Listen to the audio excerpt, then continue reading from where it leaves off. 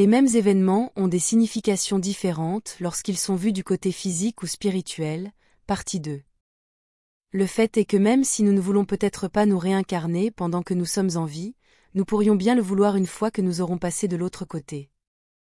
Ensuite, certaines questions se posent, par exemple, pourquoi ne voulons-nous pas avoir une autre expérience dans le monde physique?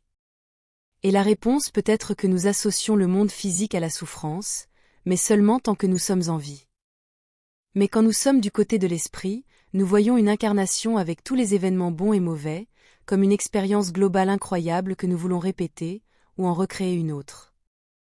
Autant que je me souvienne et à la vue de ce que j'ai également recherché, l'existence est très paisible dans le monde de l'esprit et c'est d'ailleurs génial. C'est ce que nous pourrions vouloir en étant en vie, mais de là-bas, il semble que ce que nous désirons soit plus d'action. Un autre facteur est que lorsque nous sommes dans le monde de l'esprit, nous sommes parfaitement conscients qu'une incarnation dans le monde physique n'est que de nature très temporaire, que nous ne perdons pas notre identité, et qu'il n'y a rien qui puisse jamais nous arriver dans le monde des vivants qui puisse vraiment nous nuire. Tant que nous sommes en vie, nous pouvons tout voir de manière émotionnelle et dramatique, mais quand nous passons de l'autre côté, nous voyons toute une incarnation comme juste une balade, et de plus, juste une parmi tant d'autres que nous avons eues. Avec cela, nous verrons le désir de ne plus nous incarner, comme seulement un effet secondaire insignifiant de l'expérience de la douleur, en particulier de la douleur émotionnelle, lorsque nous sommes dans le monde des vivants, quelque chose dont nous nous attendions et nous négligeons comme n'ayant pas beaucoup d'importance une fois que nous sommes dans le monde de l'esprit, car ce n'est qu'une partie de l'expérience et une conséquence d'avoir un corps. En regardant le problème sous un autre angle, que nous dit le concept suivant. Qu'il n'y a rien dans le monde matériel que nous emportons avec nous une fois que nous passons de l'autre côté dans le monde de l'esprit, nous ne pouvons pas emporter notre argent, notre collection d'art, notre voiture, notre maison, ni aucune de nos possessions matérielles. La seule chose que nous emportons avec nous lorsque nous mourrons est notre expérience, ou ce que nous avons appris tout au long de notre vie, et toute la croissance spirituelle que nous pourrions atteindre. Qu'est-ce que cela signifie ? Cela signifie que rien dans le monde matériel n'a de valeur en soi, du point de vue de l'expérience de vie qu'une âme vit, sauf pour la valeur expérimentale que l'objet matériel peut donner à l'âme. Et si nous ajoutons ce dernier concept à un autre, au fait que si vous accumulez trop quelque chose, certaines choses plus que d'autres bien sûr, les choses commenceront à vous posséder, et non l'inverse. Cela parce que vous devez sacrifier une grande partie de votre vie pour répondre aux besoins des choses que vous possédez, et avec cela, agir au détriment de votre expérience de vie.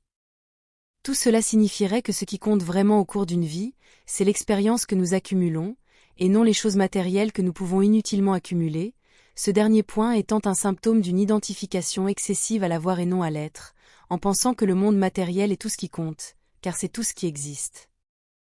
Donc, à mon avis, ce qui compte vraiment, c'est l'amélioration de soi, et de toutes les manières possibles, c'est surtout la croissance spirituelle, ou qui nous sommes à l'intérieur, nos valeurs et notre éthique, et nos actions sont bien plus importantes que d'accumuler, et de combien de choses nous possédons au cours d'une vie.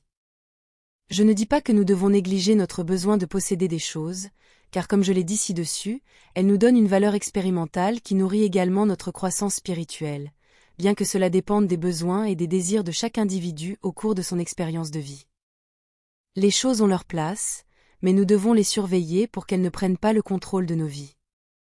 Pour ce qui est du sens de la vie, je dirais que c'est de réaliser que nous sommes les créateurs de nos circonstances, et la raison pour laquelle nous continuons à nous réincarner encore et encore est parce que nous sentons que nous n'avons pas encore maîtrisé le savoir-faire pour donner la valeur correcte à chacune de nos expériences de vie. Je ne crois certainement pas qu'il y ait des entités, ou des démons de ce genre qui nous obligent tous à nous réincarner, je crois fermement que nous le faisons en raison de nos propres attachements et idées de non-réalisation, de tout ce que nous pensons avoir laissé inachevé. Ainsi, une fois de plus, apprendre à lâcher prise, à pardonner aux autres et surtout à nous-mêmes, et à apprécier ce que nous avons, et qui nous avons, tout en gratitude, nous rapproche de ne pas avoir besoin de répéter une autre incarnation, ou du moins nous aiderait à éviter de répéter la même dernière incarnation, nous donnant l'opportunité de progresser. Un autre facteur que je ressens également nous ramène dans le physique, c'est le besoin de sentir que nous pouvons créer une vie merveilleuse, malgré toute difficulté ou expérience non désirée, une vie que nous voudrions répéter, seulement avec des variations peut-être, ou apprendre à créer d'innombrables vies positives et fabuleuses, pleines de contrastes et de croissance spirituelle. Et avec cela, être capable de synchroniser le sens de la vie que nos âmes peuvent avoir du point de vue physique et du point de vue spirituel également. Plus nous pouvons synchroniser nos valeurs de manière congruente, plus nous pouvons devenir entiers en tant qu'êtres, et plus nous pouvons avoir de contrôle sur nos vies. Pourquoi sommes-nous en vie?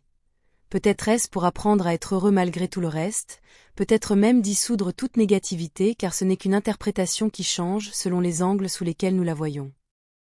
Voir la vie comme quelque chose de difficile, car elle est difficile peu importe qui vous êtes, et où vous êtes, comme je le vois, la vie consiste à rester en vie aussi longtemps que possible, et aussi bien que possible, peut-être même la voir comme si la vie était un jeu où le but est de voir combien de temps vous pouvez vivre là-bas, à quel point vous êtes difficile à tuer. Et l'une des clés est de persévérer, de continuer à avancer quoi qu'il arrive, d'insister sur ce que vous voulez et avez besoin, et de ne jamais abandonner. Et peut-être alors, en tant qu'âme, nous pourrons enfin voir que le fait d'être dans le monde spirituel, ou du côté physique, est la même chose, étant donné que le contraste n'est qu'une autre expression de la dualité, et seulement une interprétation, car du point de vue le plus étendu que nous désirons tous atteindre, il n'y a pas de dualité entre le monde spirituel et le monde matériel. Il n'y a que le monde spirituel car le côté matériel, aussi convaincant soit-il, n'est qu'une illusion. Ils ne sont tous les deux qu'un ensemble d'idées, de valeurs et d'interprétations dans une grande soupe de pure conscience.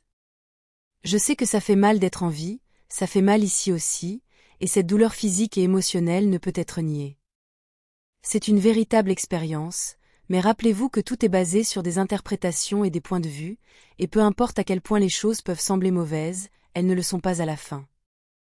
Votre but dans la vie est de grandir spirituellement au point de pouvoir créer un paradis pour vous-même, où que vous soyez, en vie ou non, malgré tout ce qui vous entoure, que vous puissiez interpréter comme un obstacle, ou ne vous permettant pas d'atteindre cet état.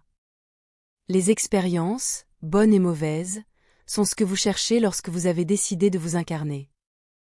Ne soyez pas si dur envers vous-même, rappelez-vous que le juge le plus sévère, c'est vous-même. Soyez gentil avec les autres, et soyez gentil avec vous-même, mais prenez toujours soin de vous. Avec beaucoup d'amour, votre ami, Marie Soie.